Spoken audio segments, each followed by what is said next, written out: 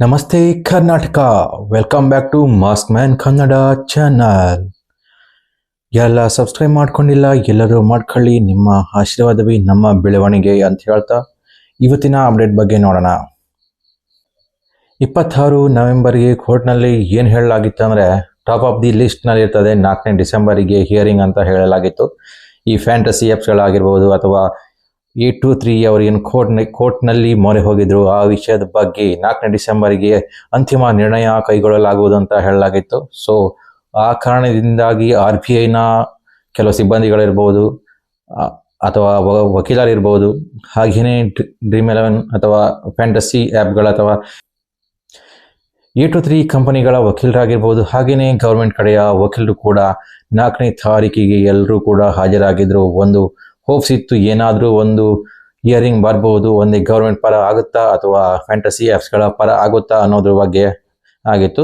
ಆದರೆ ಯಾವುದೇ ರೀತಿಯಾದಂತಹ ಬೆಳವಣಿಗೆ ಇಲ್ಲಿ ಕಂಡು ಬಂದಿಲ್ಲ. ಹೇಳಬೇಕಂದ್ರೆ ಕೇವಲ ಒಂದು 5 ನಿಮಿಷಗಳ ಕಾಲ ಅಷ್ಟೇ ಮಾತ್ರ ಈ ಕೇಸ್ಗಳ ವಿಚಾರಣೆ ಮಾತ್ರ ಆಗಿತ್ತು. ಆ 5 ನಿಮಿಷದಲ್ಲಿ ಏನೇನಾಯ್ತು ಅಂತ ನಾನು ನಿಮ್ಗೆ ಹೇಳ್ತೀನಿ.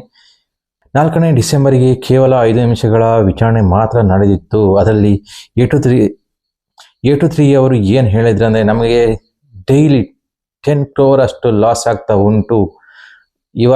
ಇವಾಗಲೇ ನಾವು 700 crore 700 ಕೋಟಿಯಷ್ಟು ಹಣ ಕಳ್ಕೊಂಡಿದ್ದೇವೆ, ಲಾಸ್ ಆಗ್ತಾ ಉಂಟು. ಅದರಿಂದ ನೀವು ಯಾವುದೇ ತರಹದ ಹಿಯರಿಂಗ್ ಕೊಡ್ಬೋದು, ಒಂದು ನಮ್ಮ ಪರವಾಗಿರ್ಬೋದು ಅಥವಾ ಗೌರ್ಮೆಂಟ್ ಕಡೆನೂ ಆಗ್ಬೋದು. ಆದರೆ ನಮಗೆ ತೀರ್ಮಾನ ಬೇಕೆನ್ನುವುದು 823 ಅವರ ಕಡೆಯಾಗಿತ್ತು. ಯಾಕಂದರೆ ನಾವು ಮುಂದಿನ ಹೆಜ್ಜೆ ಇಡುವಲ್ಲಿ ಅದು ತುಂಬ ಉಪಯೋಗ ಆಗುತ್ತದೆ ಎನ್ನುವುದು ಅವರ ವಾದವಾಗಿತ್ತು. ಆದರೆ ಕೋರ್ಟ್ ಏನು ಹೇಳ್ತಂದರೆ, ಗೌರ್ಮೆಂಟ್ನ ವಕೀಲರಿಗೆ ನೀವು ಏನೇನು ಅಲಿಗೇಷನ್ ಮಾಡಿದ್ದೀರೋ ಅದಕ್ಕೆಲ್ಲ ಸಾಕ್ಷ್ಯಗಳನ್ನು ಕೊಡಬೇಕನ್ನುವುದು ಅವರ ಒಂದು ತೀರ್ಮಾನವಾಗಿತ್ತು. ಆದ್ದರಿಂದ ಗೌರ್ಮೆಂಟ್ನ ವಕೀಲರು ಸ್ವಲ್ಪ ಟೈಮ್ ಕಾಲಾವಕಾಶ ಕೇಳಿದ್ದಾರೆ. ಅದರಿಂದ ಸುಪ್ರೀಂ ಕೋರ್ಟ್ನ ಜಡ್ಜ್ ಏನಿದ್ದಾರೆ, ಜಡ್ಜ್ ಪ್ಯಾನಲ್ ಏನುಂಟು, ಈ ಕೇಸನ್ನು ಡಿಸೆಂಬರ್ 11ಕ್ಕೆ ಮುಂದೂಡಿದ್ದಾರೆ.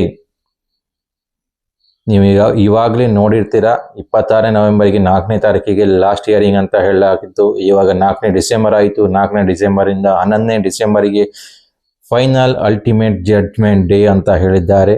ಸೊ ನೋಡೋಣ ಒಂದಲ್ಲ ಒಂದು ಹಿಯರಿಂಗ್ ಆಗೇ ಆಗ್ತದೆ ಅಂತ ಹೇಳಲಾಗ್ತಿದೆ.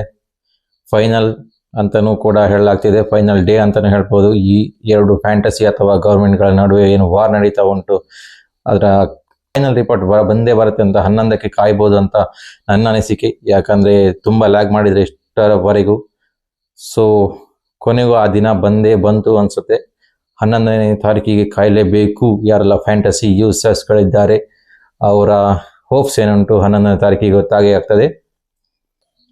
ಈ ಕೇಸನ್ನು ಯಾಕೆ ಇಷ್ಟು ಲ್ಯಾಗ್ ಮಾಡ್ತಾ ಇದ್ದಾರೆ ಅನ್ನೋದು ಕೂಡ ಒಂದು ಡೌಟ್ ಆಗಿದೆ. ಯಾಕಂದರೆ ಗೌರ್ಮೆಂಟ್ ಹತ್ರ ಪೂರ್ಣ ಸಾಕ್ಷ್ಯಗಳಿಲ್ವಾ, ಅಥವಾ ಅವರು ಬೇಕಂತಾನೆ 40% ಟ್ಯಾಕ್ಸ್ಗೋಸ್ಕರ ಈ ಏನು ಫ್ಯಾಂಟಸಿ ಆ್ಯಪ್ಸ್ಗಳನ್ನು ಬ್ಯಾನ್ ಮಾಡಿದ್ರ ಅನ್ನೋ ಡೌಟ್ ಇವಾಗ ಎಲ್ಲ ಕಡೆ ಹರಿತಾ ಇದೆ.